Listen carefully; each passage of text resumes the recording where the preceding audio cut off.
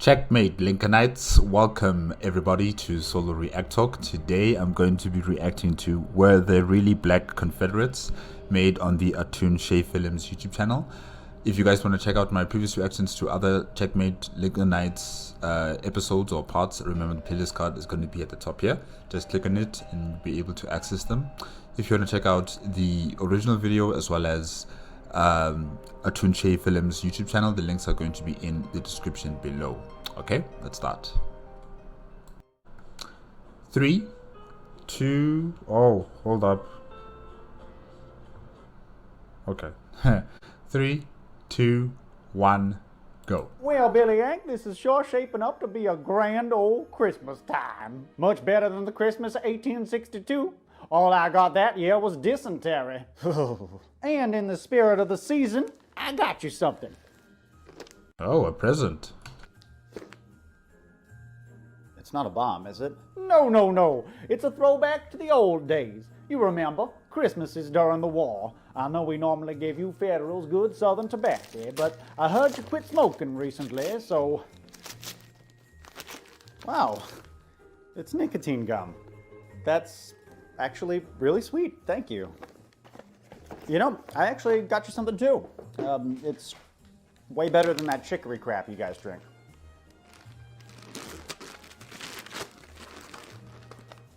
Real coffee.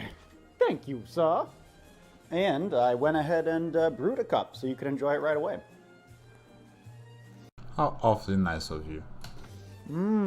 Delicious. Oh, you're spiking it. Okay. Coffee and alcohol? Okay.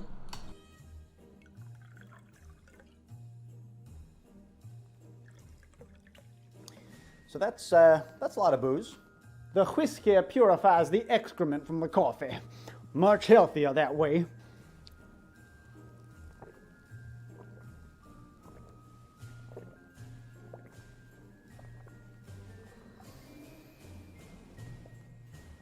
Amen. And Alex, to look this up, well, my ancestor was not only a great Confederate Civil War soldier of a hero. In his diary, and I was marching for Arkansas while we were covered in a Union cavalry. We tried to stop them, but I bent down almost everything. My home is gone, my black friends is not slaves. And I knew I know how to be found. My wife, Spotty, is as Chris and as black as I am. Us mellow being burnt and ready, us was fussing on them crowd of 1863. And if you don't believe me, why don't you go back to Washington or California or whatever Yankee state you please. Checkmate, Lincolnites.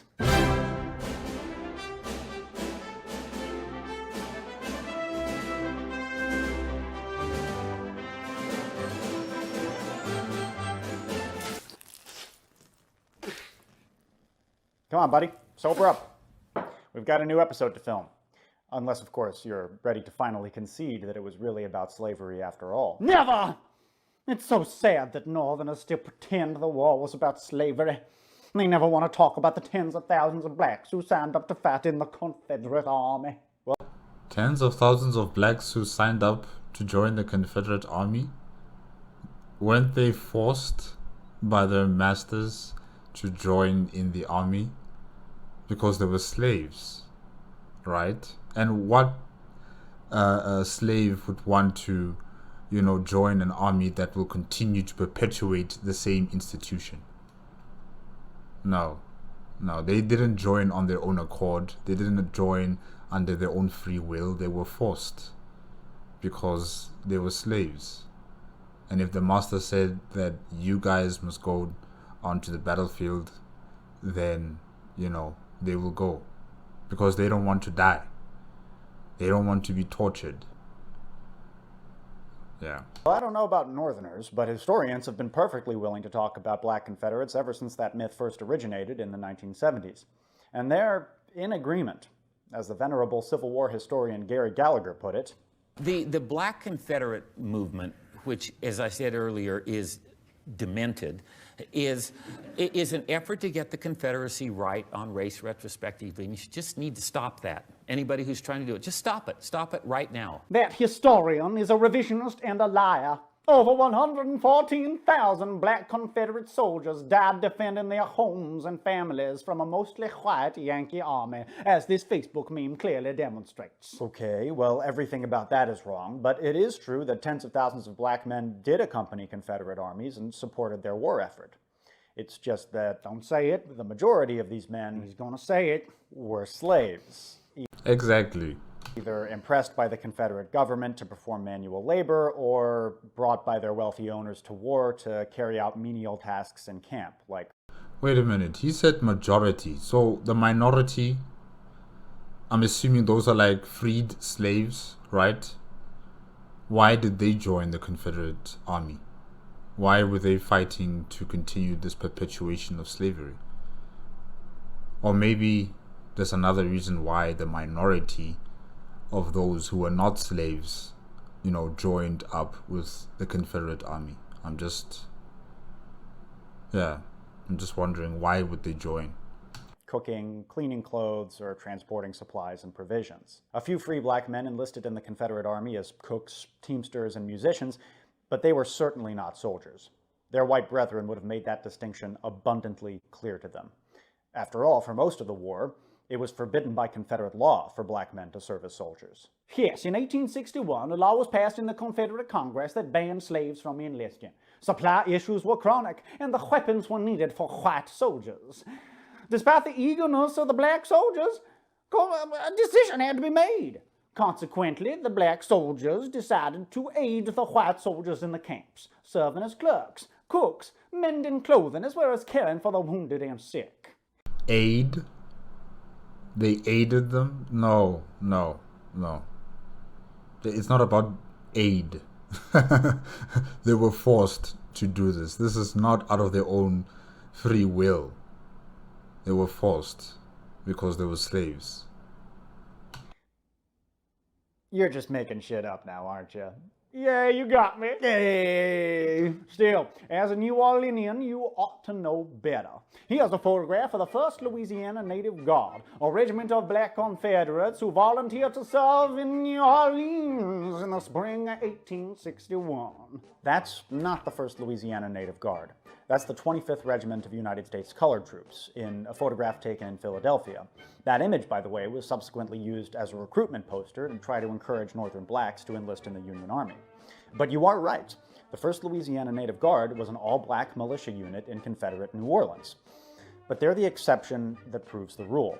As I've said repeatedly in my many videos about New Orleans history, race relations were different here than in the rest of the South. During slavery, we had a large and unusually prosperous population of free people of color, many of whom were of mixed race and had family ties to local white aristocrats. And lots of them also owned slaves. Yes, exactly. So we really shouldn't be terribly surprised that they volunteered their services to the Confederacy. Besides, there was a precedent here. Free black militias had fought alongside Andrew Jackson at the Battle of New Orleans. Despite all that, the state still stymied their efforts to serve in a combat role. Louisiana law limited membership in the militia to free white males capable of bearing arms, and all the 1st Louisiana did was go out on parade a few times. And though surviving a New Orleans parade can often make you feel like a combat veteran, this unit never saw any real action. They were quickly disbanded by the state government, only to be reformed in April of 1862 when the United States Navy was threatening New Orleans. But after Confederate General Mansfield Lovell abandoned the city, the 1st Louisiana gave up without a fight. Interestingly, those same men then offered their services to Benjamin Butler, the military governor of the Union occupiers of New Orleans. As Butler's biographer James Parton explained, So General Butler called on Africa, not upon the slaves, but upon the free colored men of the city, whom General Jackson had enrolled in 1814. He sent for several of the most influential of this class, and conversed freely with them upon this project. He asked them why they had accepted service under the Confederate government, which was set up for the distinctly avowed purpose of holding in eternal slavery their brethren and kindred. They answered that they had not dared to refuse, that they had hoped, by serving the Confederates, to advance a little nearer in equality with whites, and that they... What? How? When the Confederates were, hell-bent on pushing this, policy of slavery, how were they going to change any of that? How? Just because the white people kind of see them as like a second-class citizen in this society where they are, closely by blood related to them because, they're mixed, they're half black and half white. Now they think that because they have that status, they will have some sort of leverage to try and change the Confederacy. Hey, no. Long to throw the weight of their class into the scale of the Union, and only asked an opportunity to show their devotion to the cause with which their own dearest hopes were identified. The general took them at their word. Though General Butler took these guys at their word, we probably shouldn't. The mixed-race free people of color of New Orleans had always viewed themselves as superior to and distinct from slaves and full-blooded blacks, so it's very likely that they were just telling Butler what he wanted to hear. Basically, they just want to keep their privilege intact, They've been having it under the Confederacy government, and now that the Union forces are coming in, they want to switch sides, they want to make explanations, and they want to keep that privilege that they've had before. These guys left no written records of this event, so their motivations will probably always remain a mystery. But historical context can give us some clues. New Orleans was the wealthiest and most strategically important city in the entire South, and the Confederate government had relegated pitifully few resources in manpower or materiel to defend it. Though General Lovell would be blamed for basically allowing the Union Navy to capture the city, realistically, there was nothing he could have done to stop them. And after the occupation, even diehard secessionists had lost all hope that the stainless banner would fly over the Crescent City ever again. Faced with this hard truth, the men of the 1st Louisiana may have realized that they needed to kiss Butler's ring if they had any hope in maintaining their privileged social status. That may be true for that one regiment. But how do you explain the photographs and records of blacks in the Confederate Army? Don't that prove beyond a shadow of a doubt that the army of our great and glorious Confederate States was as diverse as a college admissions photo?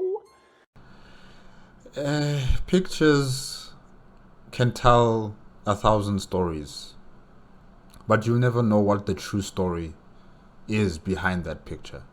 You will interpret it the way you see fit to suit your narrative. So no, you can't really use a picture and say that this is, what actually happened because I have this picture evidence. No. For instance, here we see Sergeant Andrew Chandler of the 44th Mississippi Infantry, together with his family servant Silas. As you can see, Silas is armed and wearing a uniform. And look at how closely the men are sitting. Their legs are touching. Did he say servant? Hey. Yay! How can you deny the existence of black Confederate soldiers when faced with this overwhelming evidence? Let's get one thing straight here. Silas Chandler was a slave. Not a servant, a slave. That photograph was probably taken in August of 1861. Andrew Chandler, the 17-year-old son of a wealthy plantation owner, had just enlisted as a private in the Confederate Army and decided to take Silas with him to war. The weapons they're holding are almost certainly studio props. And do you hear that? Andrew probably took Silas to war. Silas had no say in the matter.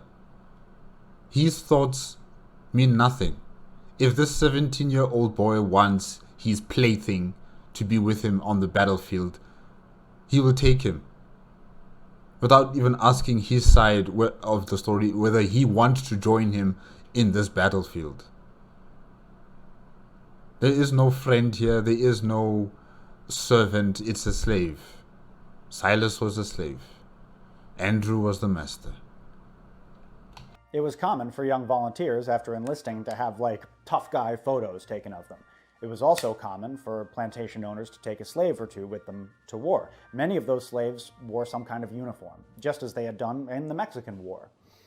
Yeah, just, dressing up your doll to be used as a play toy on the battlefield.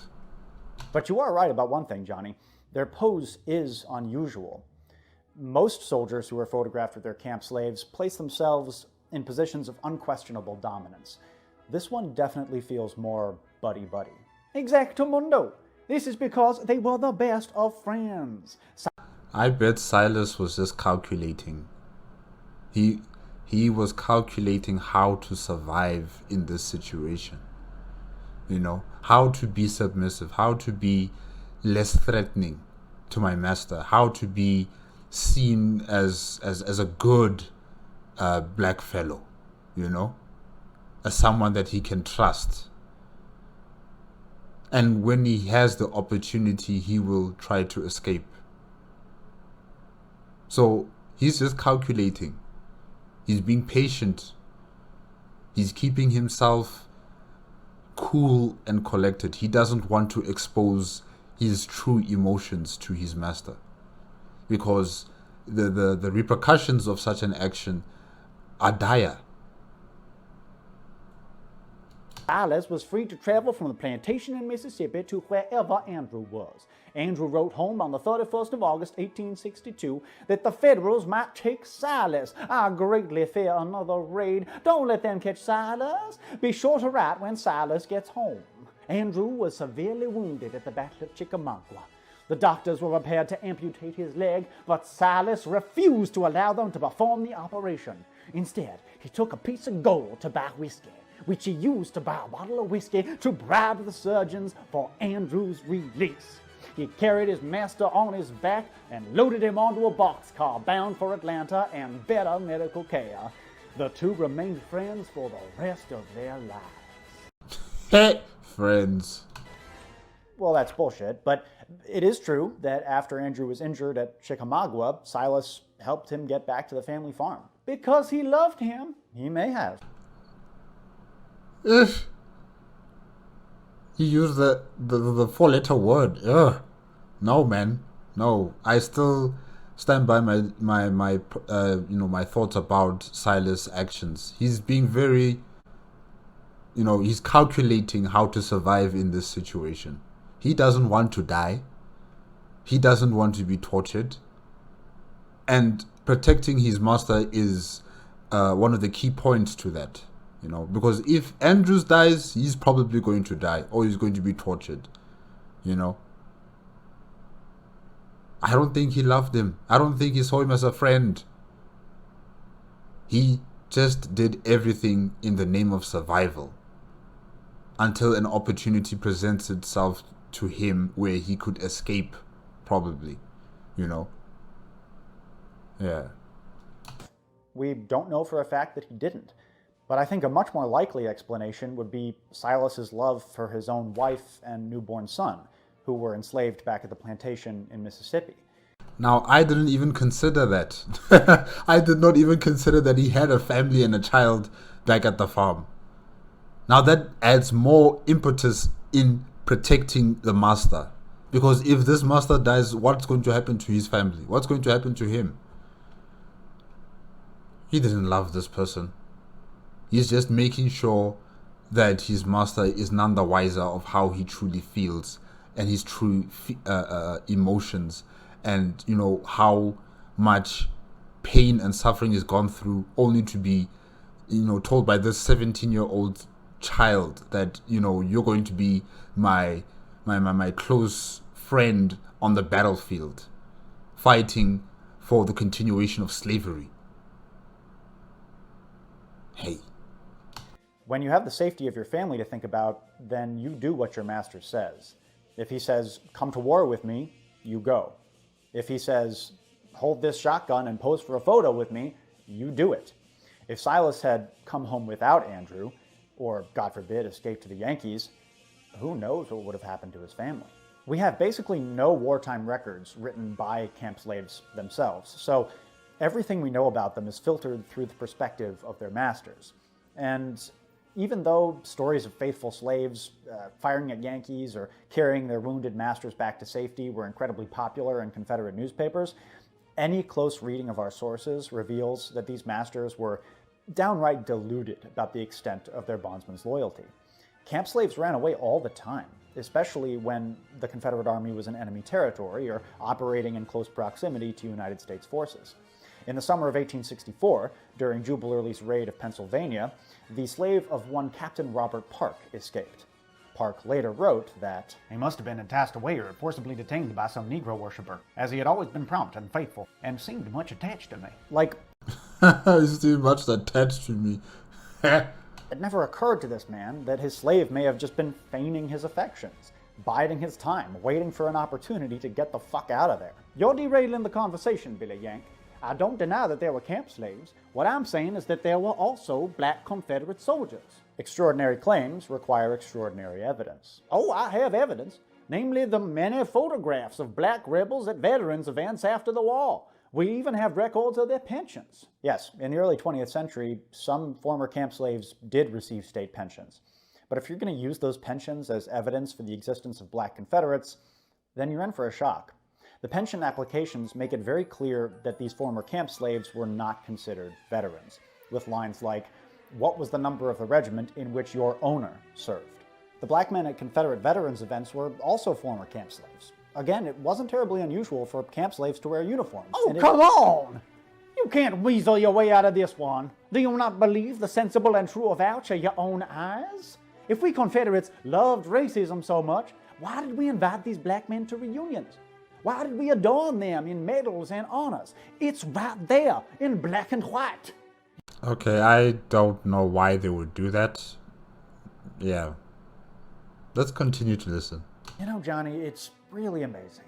You're so knowledgeable about the Civil War. I ought to be. I fought in it. You and your fellow Lost Causers could rattle off the entire order of battle at Lookout Mountain by heart. You could tell me exactly how to hook up the shoulder boards on a general's frock. You know the number of mini balls that can fit into a standard issue cartridge box. So it's shocking how unbelievably ignorant you are of all of Southern history outside of those 4 little years of rebellion. We shouldn't be at all surprised that former camp slaves were welcomed and honored at Confederate veterans events, especially from the 1920s on. It was the height of Jim Crow, and an important justification for segregation was that black people were being oppressed for their own good. Unlike the lost cause myth of today, which tries to paint the Confederacy as some sort of egalitarian paradise, the lost cause myth of the early 20th century maintained that blacks had been better off as slaves, and that the best hope for black Americans going forward was for them to defer to white authority. Cringe. The absolute cringe.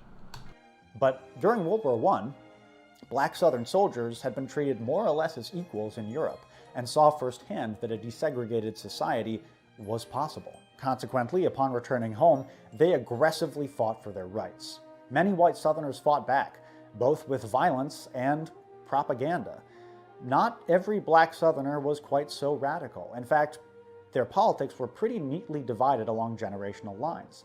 Younger black people were avowed agitators. Older black people, including many former slaves, were content not to rock the boat. Their deference gave the white elite the exact ammunition they needed to counter the activist narrative.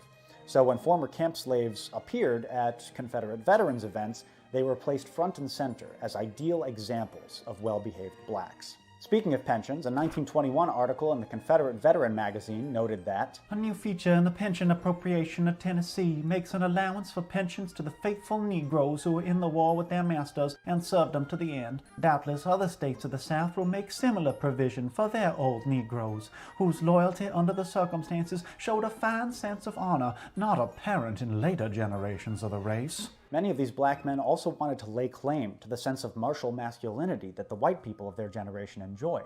And we can kind of see why that makes sense. We just put ourselves in their shoes for a second. We can really What's going on now? understand that the Lord, give me the strength to resist the Yankee invader, the violator of our homes and firesides. Let me destroy him with facts and logic, Lord. I am your humble servant. Hello there. Lord, is that... Obi-Wan Kenobi is your is your god. Oh gosh. really you? It's a Christmas miracle. Yes, it's me. But I wasn't really born on Christmas. It's a vile pagan carnival, and everyone who celebrates it is going to hell. Is it my day to be with you, Lord? If so, I come to you with all the joy in my heart. No, Johnny. I have come to answer your prayers. Take this. It is a book of primary sources to counter Billy's arguments. So, thanks. Yes. Now go, my son. Go boldly into the combat. And remember, Catholics and Quakers worship the devil and should be killed. I'll remember, Lord. You are wise and strong, and I am very proud of you. Wow. Goodbye.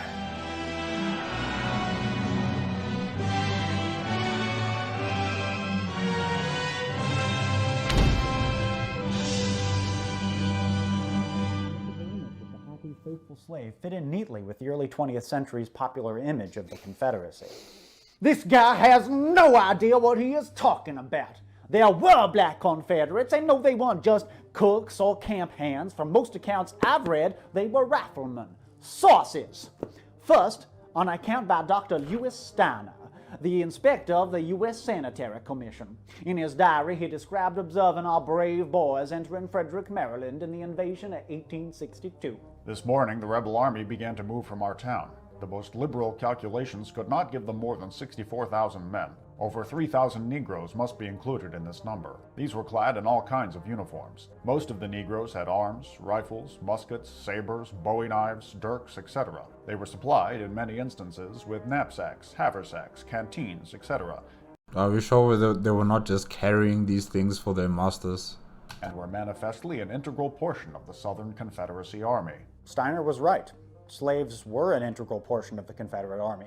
What he's observing here are camp slaves performing one of their many functions, carrying their master's weapons and equipment on a long march. Next, on account from one of Badan's sharpshooters, who saw a black Confederate at the siege of Yorktown, Virginia. For a considerable time during the siege, the enemy had a Negro rifle shooter in their front who kept up a close fire on our men, and although the distance was great, yet he caused more or less annoyance by his persistent shooting. At one occasion, while at the advanced posts with the detail, the rider with his squad had an opportunity to note the skill of this determined darky with his well-aimed rifle. Yeah, there are a few accounts by some United States soldiers that claim the exact same thing.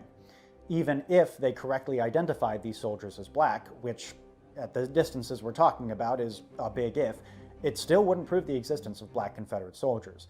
All it would demonstrate is that some camp slaves picked up their rifles and shot at Yankees, which is entirely believable because some slaves were genuinely loyal, and in the heat of battle, who knows what could happen. And finally, in September of 1861, Frederick Douglass, of all people, wrote in his own newspaper that it is now pretty well established that there are at the present moment many colored men in the Confederate Army doing duty as real soldiers. There were such soldiers at Manassas, and they're probably still there. How would Douglass know? Was he at Manassas? And you're ignoring the context here. Douglass was using these rumors of armed camp slaves to try to drum up support in the North for arming black regiments.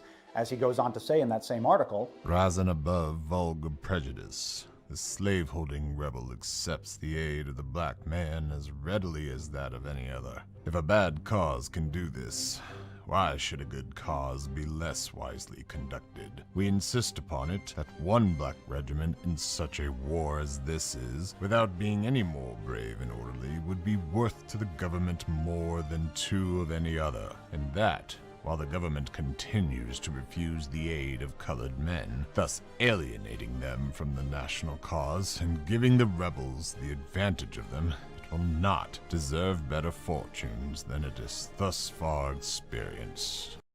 Political touche. He was less concerned about the veracity of those reports as he was about their political usefulness. And in any event, the idea that hearsay from Union soldiers are reliable sources is absurd, and you wouldn't even be bringing that up if there was a single piece of Confederate documentation to substantiate your claims. You know, there actually were black Confederate soldiers. Well, there you have it, ladies and gentlemen. He admitted it. I think we're done here.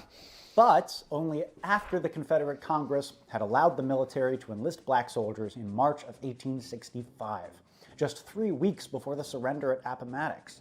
It was a desperate, last-ditch attempt to avoid defeat, but it didn't work. The Confederacy was doomed. in part due to the 200,000 black men who were already serving in the Union Army. By the end of the war, black soldiers made up 10% of the Union Army's manpower and had suffered more than 10,000 combat casualties. There were only ever a few hundred black Confederate soldiers in the spring of 1865, and they barely saw any action. And despite the public endorsement of Robert E. Lee, the idea to arm black men had been extremely controversial in the Confederacy for the better part of a year.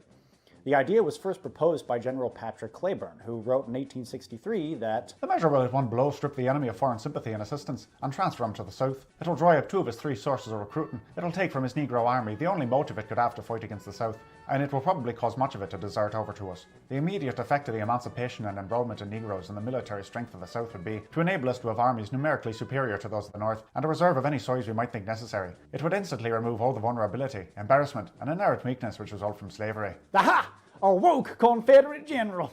You seriously expect me to believe that the man who wrote that fought for slavery? He was one of the better ones for sure, but Cleburne by no means spoke for the Confederate leadership. In the first days of 1864, he shared his proposal with his commanding officer, Joseph E. Johnston. Johnston dismissed it out of hand and actually ordered Cleburne to stop spreading those dangerous notions. Nevertheless, a copy of the proposal ended up on the desk of Jefferson Davis. He actually also ordered it suppressed.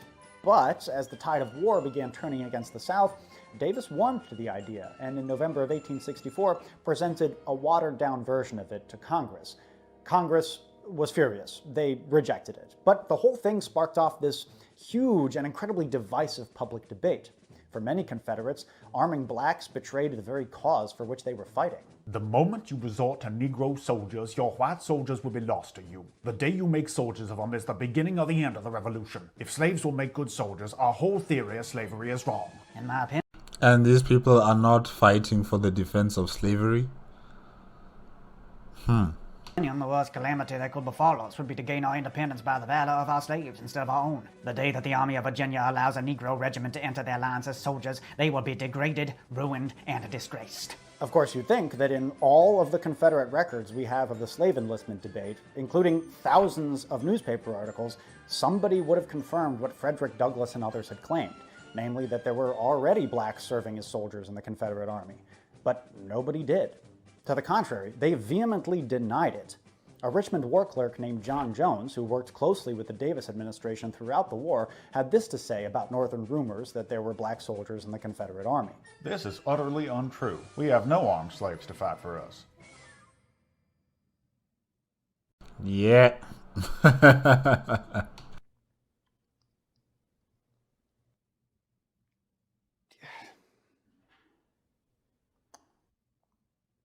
Do you have anything more in that book that was given to you by your God? Anything? Nothing? Shit. Oh, I almost forgot. I actually got you something else. Oh? It's a big one. Looks like a frame.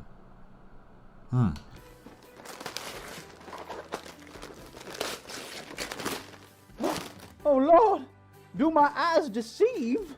A War of Northern Aggression themed chess set. Why, there's old Moss Robert himself and President Davis. Yeah, Davis is the king and Lee is the queen.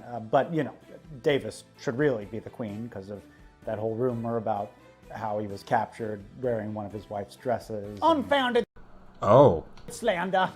Oh, and look, here's the tyrant Lincoln. He must be the king. And Grant the Butcher is the queen. Now that is fitting, considering how Grant played the role of Desdemona in their production of Othello at that fort out west before the Mexican War. Yeah, okay. And for the role, he dressed as a woman. Yeah, I get the joke. Yeah. And the rook's got little cannons on him and everything. Thank you, Billy Yank. Merry Christmas. Merry Christmas to you too, my friend. Fancy a game? Let's do it. I'll whip you harder than at first Manassas. Why don't you move first? After all, you did start the war. Ha ha, very funny.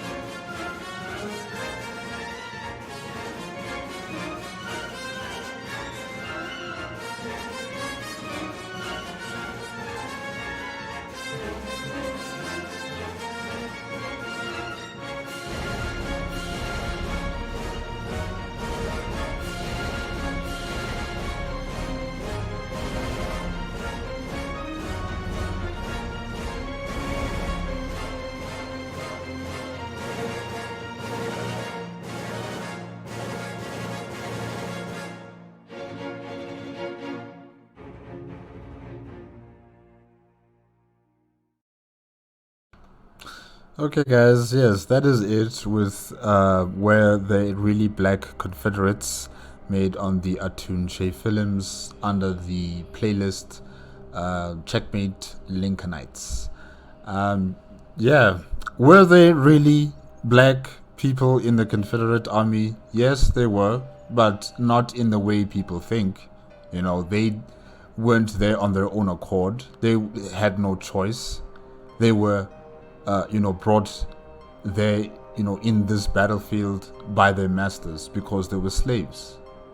And even those who were free slaves, their decisions in supporting the Confederate Army, is only purely for their own self-interest.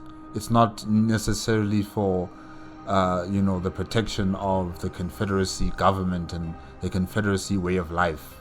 No, they're just there for their own personal interests. Especially if you have to focus on the mixed, population of certain areas where they want to keep the status quo, where they are seen as second-class citizens by the white people, and they want to keep that way of life. And black African American slaves would be kept down in the doldrums as a third-class citizen, or maybe not even as a class of any citizen, just as slaves, as people with no value to them. They don't want to be clumped up with them. They want to have that privilege that they've had under the Confederacy with the Union. So there are many reasons why some people who were free would join the Confederacy. And then, of course, for the slaves, they had no choice. They had no way of getting out of it. They had to obey the commands of their masters as they were heading off to battle. They had to protect their families. They had to make sure that they stayed alive. And the only way they could do that was to continue to be subservient to their masters. To seem as if they are loyal. To seem as if, they can be trusted. But when that moment comes to escape, they would take that chance. Or when that moment comes where they could rescue their family and escape, they would take that chance. So, these illusions that many of these Confederate soldiers had, thinking that their slaves loved them, their slaves trust them, their slaves are their best friends. It's all a lot of nonsense right there. It's a lot of nonsense. Because no one is going to, celebrate being a slave. No one is going to love their life being owned by someone else. No one. Unless if you've been mentally destroyed by someone, maybe you would believe in your heart of hearts that this person loves me, this person takes care of me, I would never betray them. Only those who are mentally destroyed to the point where they would capitulate to their master and obey their commands, I'll understand that. But people who are still mentally strong and capable to understand what's going on here, they would never agree to something like this. They would bide their time. They would act very cordially and passive towards their master, but when that time comes to escape, they will take that chance. They would take that chance. So yeah, there are many reasons why black people were participated in the Civil War on the side of the Confederacy, and it's not what people assume. Those who support this Confederacy ideal that they weren't going to war for slavery or continuing the practice of slavery. They were fighting for their own independence. Those people who think that way, thinking that the slaves joined the Confederacy because they saw a future in it, they're mistaken. They are seriously mistaken. Yeah. Okay, guys, that is it. that is it for today. Remember, if you want to check out the original video as well as Atun-Shei Films YouTube channel, the links are going to be in the description below. If you like my reaction, please give me a like, comment, and subscribe to my channel. Click on the notification bell if you want to be up to date with my latest videos, and I'll see you guys next week. Okay, bye bye.